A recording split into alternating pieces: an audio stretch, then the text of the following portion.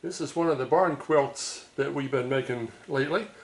Thought I might like to show you how they work. This is the one pattern that we make.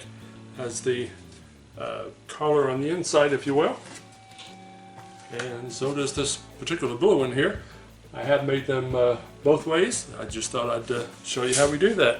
I'm going to make it out of plaster lath and see how this works.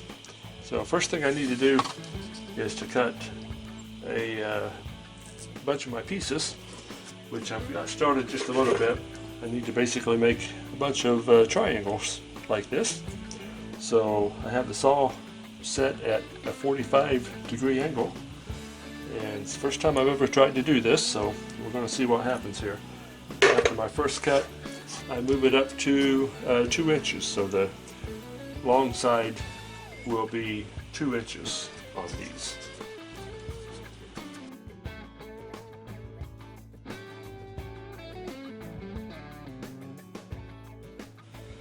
When I make these, I will stain half of them, approximately 28 of the individual pieces.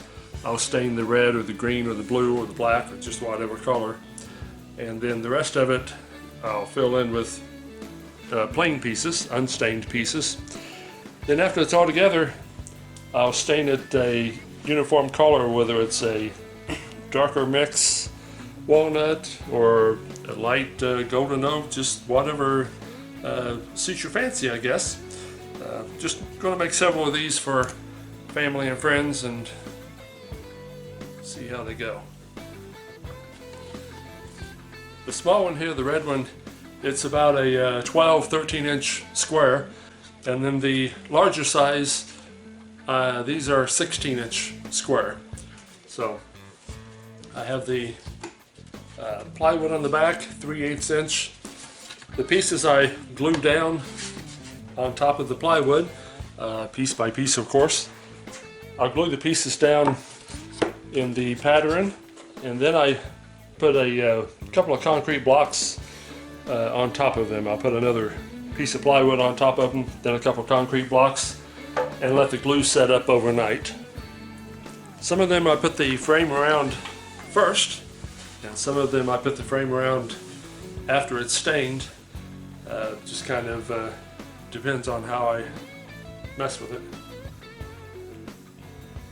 Some of the first ones I made, I put the frames around after it was stained, so I had to do a separate stain with the frames.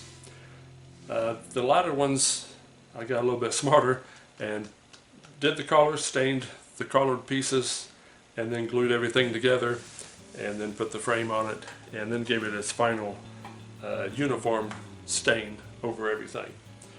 So I think these make pretty good gifts, nice wall decorations. I just thought you might like to see how those were made.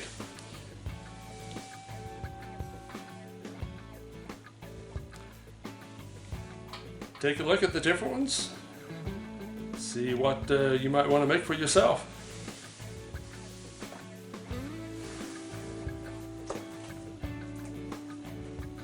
I hope you enjoyed watching how we make these.